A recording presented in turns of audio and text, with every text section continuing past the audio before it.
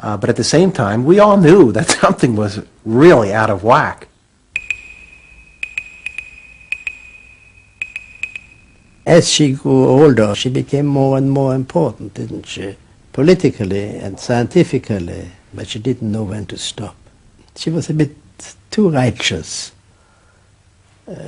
What she did was always the thing, and she would never, to my knowledge, acknowledge that she could make a mistake or be wrong.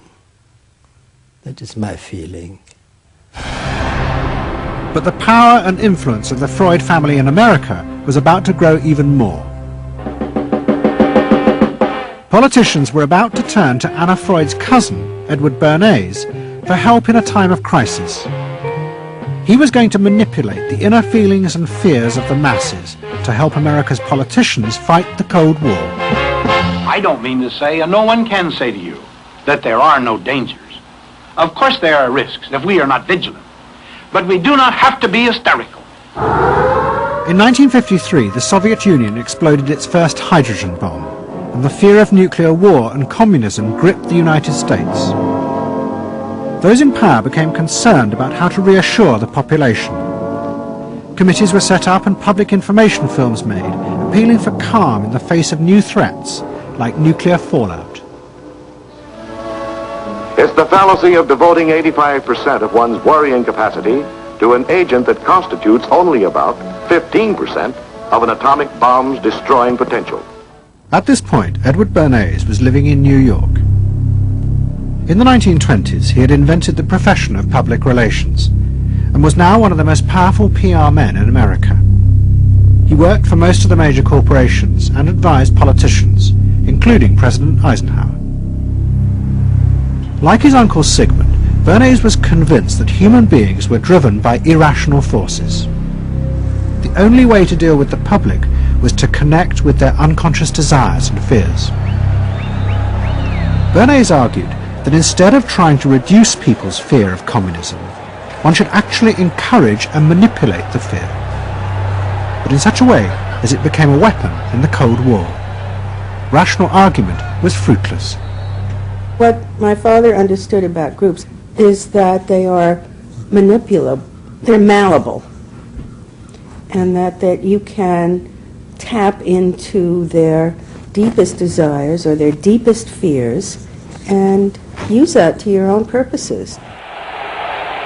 I don't think he felt that all those publics out there had reliable judgment, that they very easily might vote for the wrong man or want the wrong thing, so that they had to be guided from above.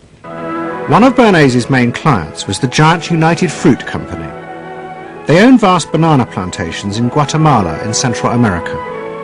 For decades, United Fruit had controlled the country through pliable dictators. It was known as a banana republic. But in 1950, a young officer, Colonel Arbenz, was elected president. He promised to remove United Fruit's control over the country. And in 1953, he announced the government would take over much of their land.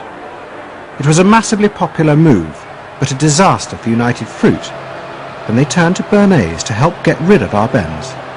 United Fruit brings in Bernays, and he basically understood that what United Fruit Company had to do was change this from being a popularly elected government that was doing some things that were good for the people there into this being very close to the American shore, a threat to American democracy, that it being at a time in the Cold War when Americans responded to issues of the Red Scare and what communism might do, he was trying to transform this and brilliantly did transform it into an issue of a communist threat very close to our shores, taking United Fruit again as a commercial client out of the picture and making it look like a question of American democracy, American values being threatened.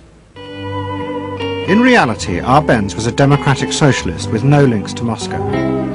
But Bernays set out to turn him into a communist threat to America. He organized a trip to Guatemala for influential American journalists. Few of them knew anything about the country or its politics. Bernays arranged for them to be entertained and to meet selected Guatemalan politicians who told them that Arbenz was a communist controlled by Moscow. During the trip, there was also a violent anti-American demonstration in the capital. Many of those who worked for United Fruit were convinced it had been organised by Bernays himself. He also created a fake independent news agency in America called the Middle American Information Bureau. It bombarded the American media with press releases saying that Moscow was planning to use Guatemala as a beachhead to attack America. All of this had the desired effect. In Guatemala, the Jacob Arbenz regime became increasingly communistic after its inauguration in 1951. Communists in the Congress and high governmental positions controlled major committees, labor and farm groups, and propaganda facilities. They agitated and led in demonstrations against neighboring countries and the United States.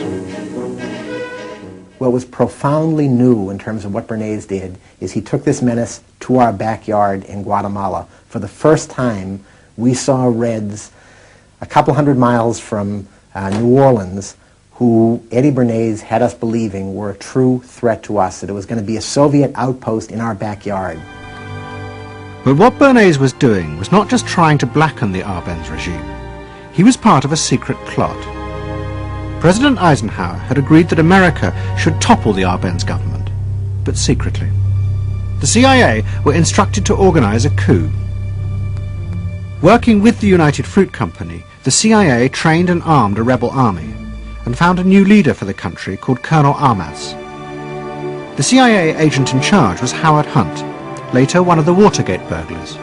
What we wanted to do was have a terror campaign to terrify Arbenz particularly, terrify his troops, much as the German Stuka bombers terrified the population of Holland, Belgium, and Poland at the onset of World War II, and just rendered everybody paralyzed.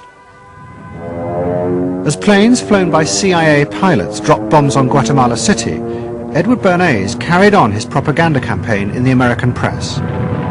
He was preparing the American population to see this as the liberation of Guatemala by freedom fighters for democracy.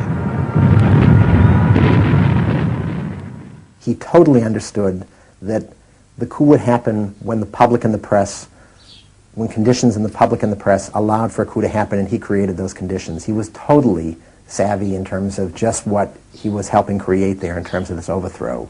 But ultimately he was reshaping reality, reshaping public opinion in a way that's undemocratic and manipulative. On June the 27th, 1954, Colonel Arbenz fled the country, and Armas arrived as the new leader. Within months, Vice President Nixon visited Guatemala. In an event staged by United Fruit's PR department, he was shown piles of Marxist literature that had been found, it was said, in the presidential palace.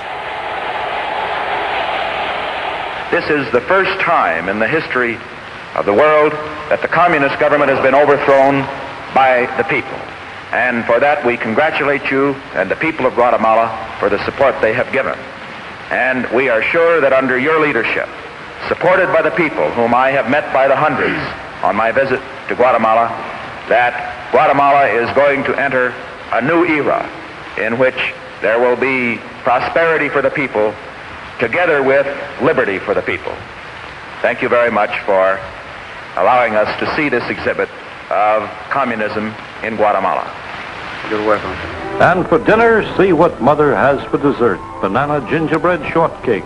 Just another of the many tempting ways in which this nutritious fruit can be prepared. So now that you've seen where bananas come from before they reach your table, our journey to Banana Land is ended.